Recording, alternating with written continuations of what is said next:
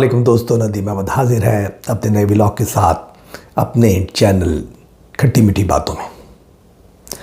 دوستو، باتیں تو بہت ساری ہیں، لیکن جیسا کہ ترقی پذیر ملکوں میں ہوتا ہے، بلکہ ہمیں تو کہنا چاہیے کہ زوال پذیر ملکوں میں ہوتا ہے، تو وہی ہو رہا ہے۔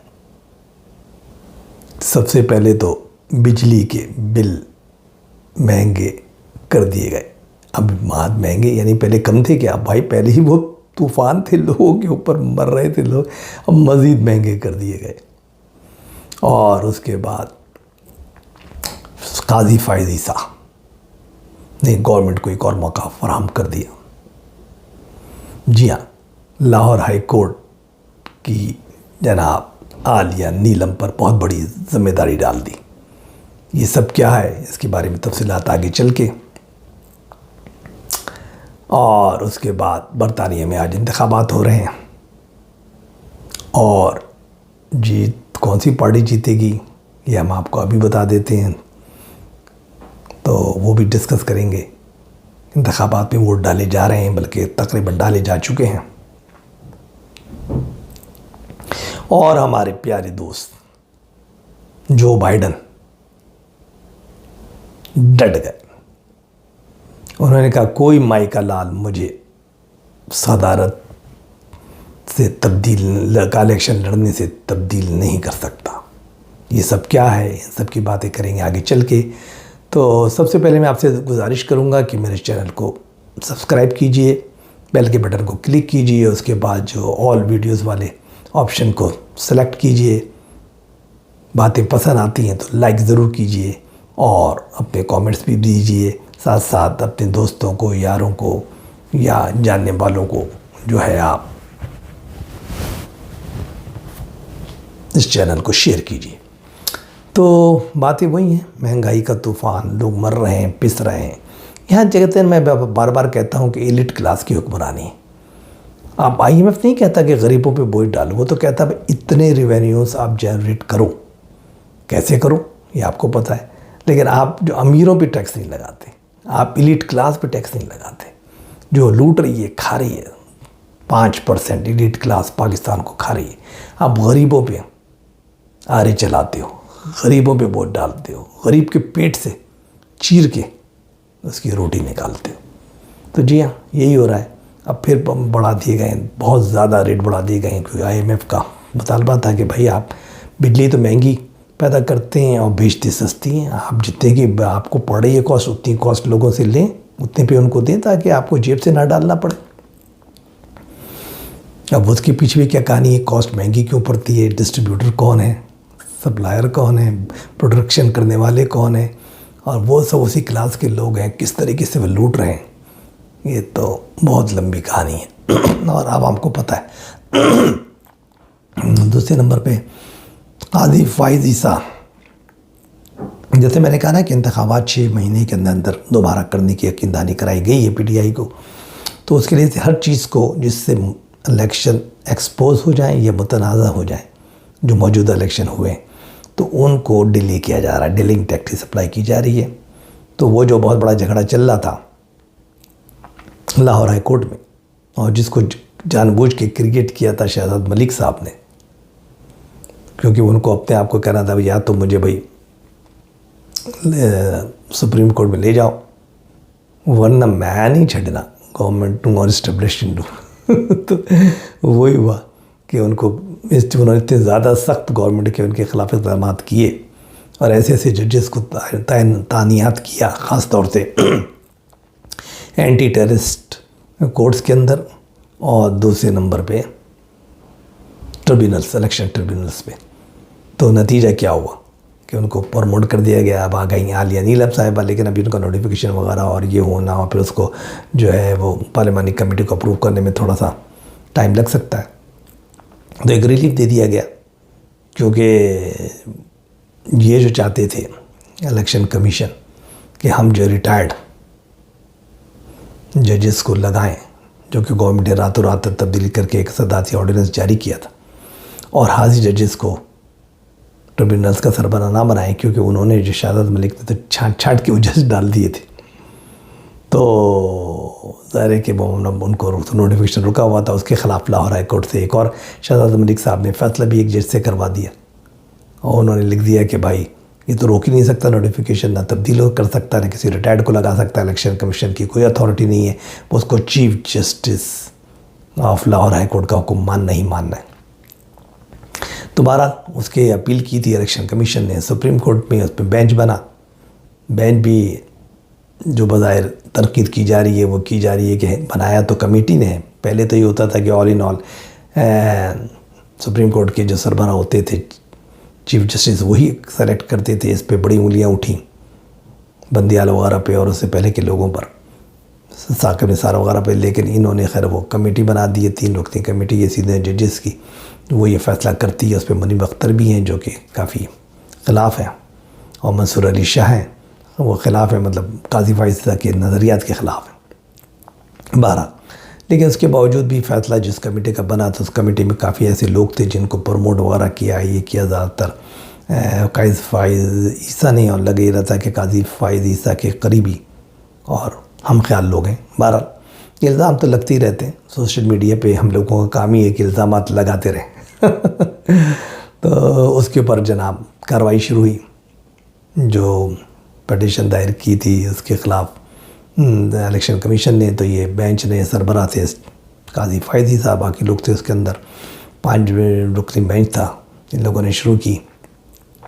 تو پی ٹی آئی کی طرف سے اعتراض آ گیا کہ ججز پہ اعتراض، تو معاملہ کافی سنگینی اختیار کر گیا کہ صاحب یہ ہے وہ ہے، آپ لوگ تو مخالف ہیں، خاص طور سے بینچ ایسا بنایا گیا ہے ہمارے مخالف ججز کا ہے یہ وہ۔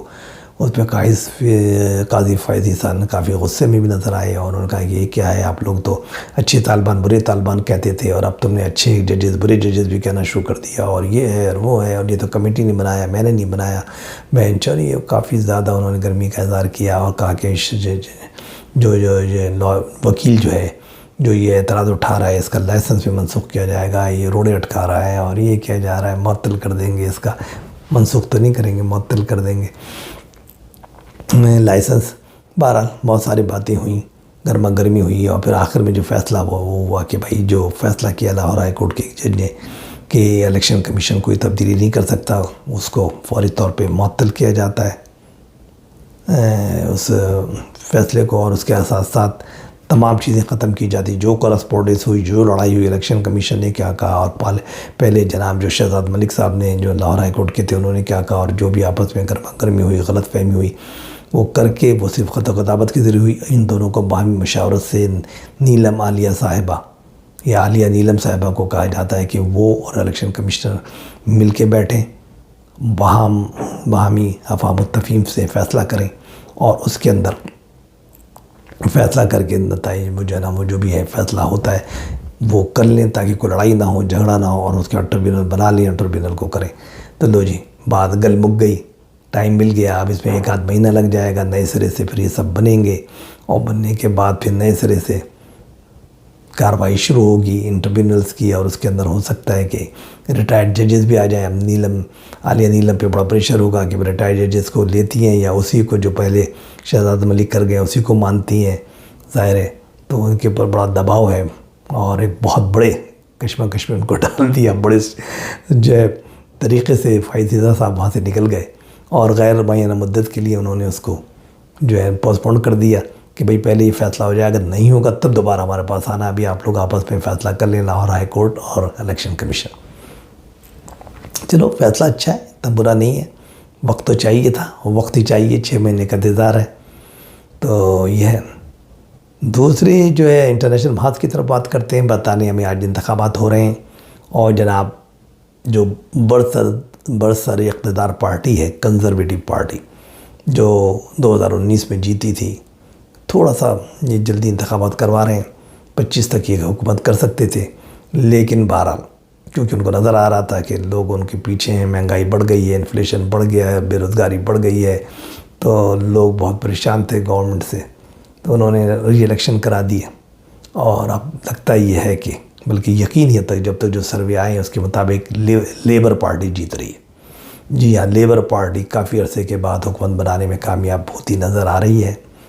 نتائج آنا جلد شروع ہو جائیں گے اور اس کے بعد پتہ لگ جائے گا کہ کتنی واضح اکثریت ملتی ہے لیبر پارٹی کو، کیونکہ وہاں پہ مین تو دو ہی پارٹی ہیں، لیبر پارٹی، کنزرویٹو پارٹی، لیکن بیچ میں ایک آدھ لبرل پارٹی بھی اور دوسری چھوٹی چھوٹی علاقائی پارٹیاں بھی آ جاتی ہیں، تو وہ کچھ ووٹ لے جاتی ہیں، مطلب کچھ سیٹیں لے جاتی ہیں، لیکن بہرحال مقابلہ ان دونوں کا ہوگا.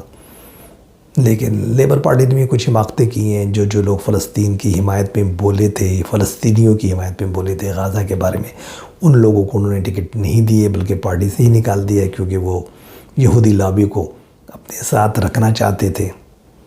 تو نتیجہ یہ ہے کہ ان کی بھی کچھ جگہوں پہ کچھ سیٹیں کم ہوتی نظر آ رہی ہیں. تو دیکھیے کیا ہوتا ہے، دلچسپ مقابلہ ہوگا، لیکن بہرحال یقینی ہے کہ لیبر پارٹی جیت جائے گی اور حکومت بنانے میں کامیاب ہو جائے گی. اب بات کر لیتے ہیں جناب جو بائیڈن کی.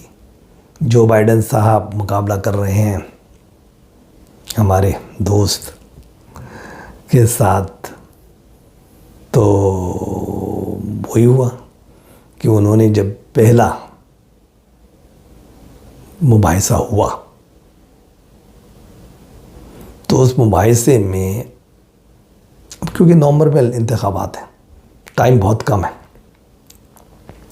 جو بائیڈن کی اکثریت پہلے تو بہت چل رہی تھی، سروے کے مطابق بہت آگے چل رہی تھی، 65 63 ان کی مقبولیت چل رہی تھی. لیکن آہستہ آہستہ ان کا بھی زیادہ مسئلہ اس کا ہوا کہ غازہ کے اندر جنہوں نے اسرائیل کی بہت زیادہ حمایت کی، تو اس کی وجہ سے نوجوانوں میں جو بے چینی پھیلی، یونیورسٹیز وغیرہ میں جو ہنگامہ آرائی ہوئی، اس کی وجہ سے نوجوانوں میں ان کی مقبولیت کافی کم ہوئی.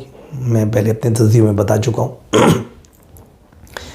لہذا تو یہ جو تھا کہ یہ سمجھے تھے کیونکہ سابق صدر جو ہیں، جو میرے مخالف ہیں، ان کے اوپر مقدمات ہیں، یہ ہیں وہ ہیں، ان کو نااہل قرار دے دیا جائے گا اور میں تو جیت ہی جاؤں گا، لیکن ایسا نہیں ہوا. تو بہرحال اب یہ الیکشن 4 نومبر کو ہونے والے ہیں، اس کے اندر یہ فیصلہ ہوگا.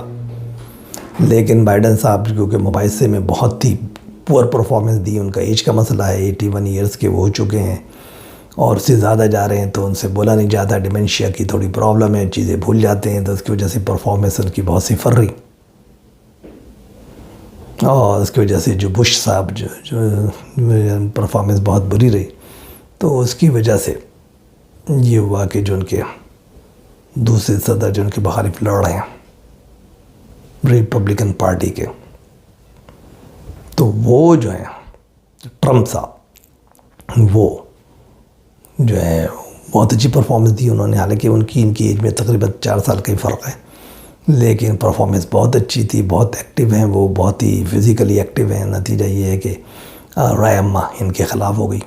اسے ڈیموکریٹس جس کے نمائندے ہیں جو بائیڈن صاحب، ان کے لیے بڑی مشکلات پیدا ہو گئیں.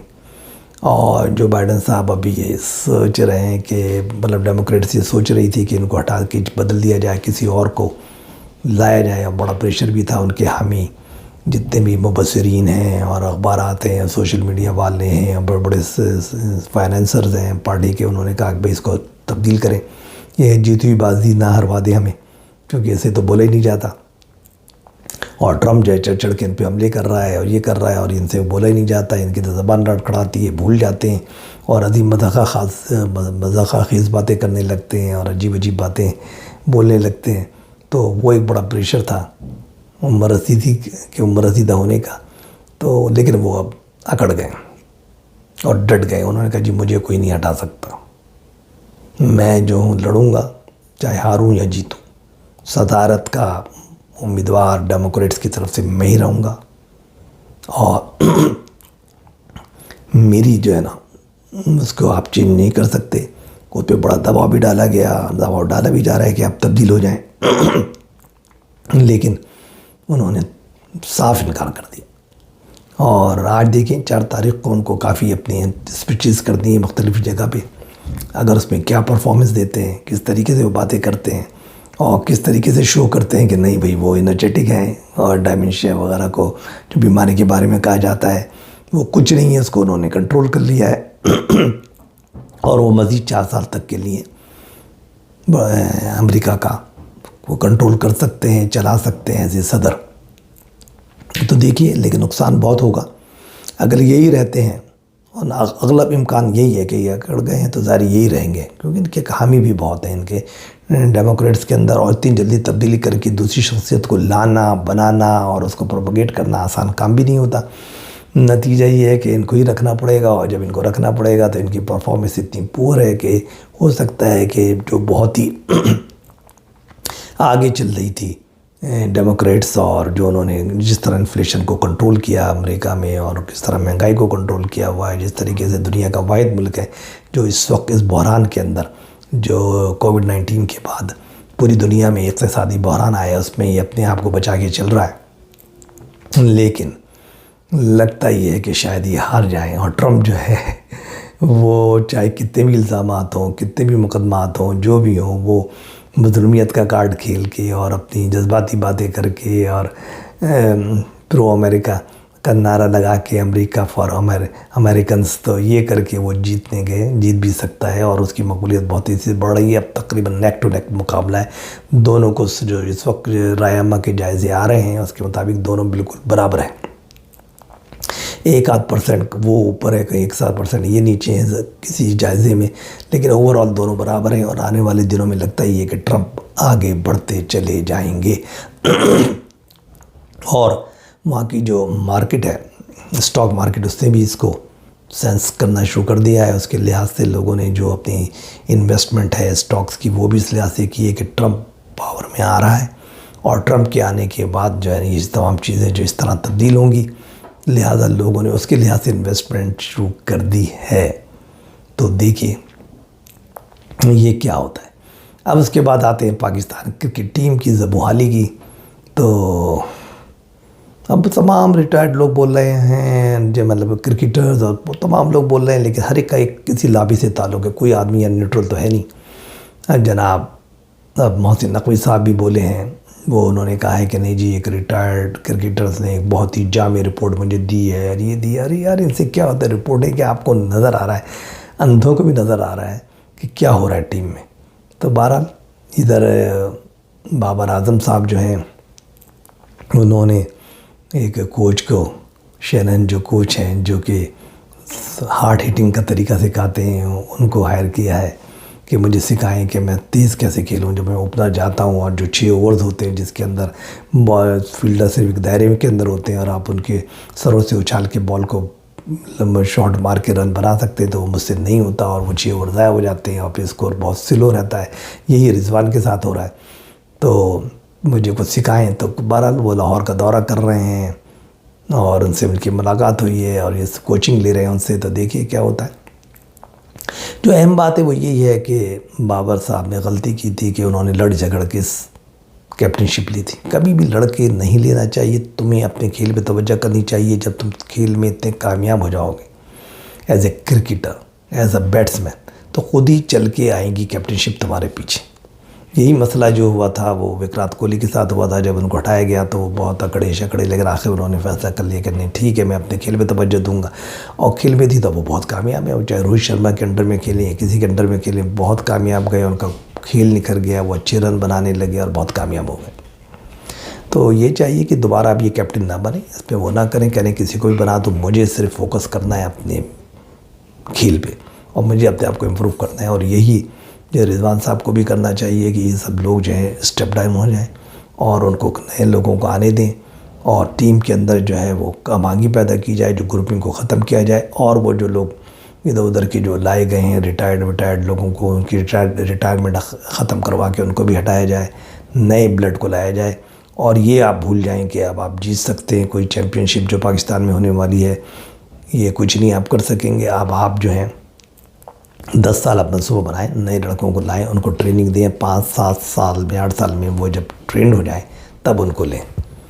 تو یہی ہے. دیکھیے محسن نقوی صاحب کیا کرتے ہیں، کیونکہ خود بھی بیچارے وہ کسی سے وارث بھی آئے ہوئے لوگ ہیں. تو ایسے لوگ تو کچھ کر ہی نہیں سکتے. وہ لوگ کر سکتے ہیں جو واقعی صلاحیتوں کے مالک ہوتے ہیں، اور جو صحیح مینجمنٹ کے مالک ہوتے ہیں، انڈیپینڈنٹ سوچ کے مالک ہوتے ہیں. تو جب تک کہ اجازت دیجیے، انشاءاللہ پھر بات ہوگی. اللہ حافظ.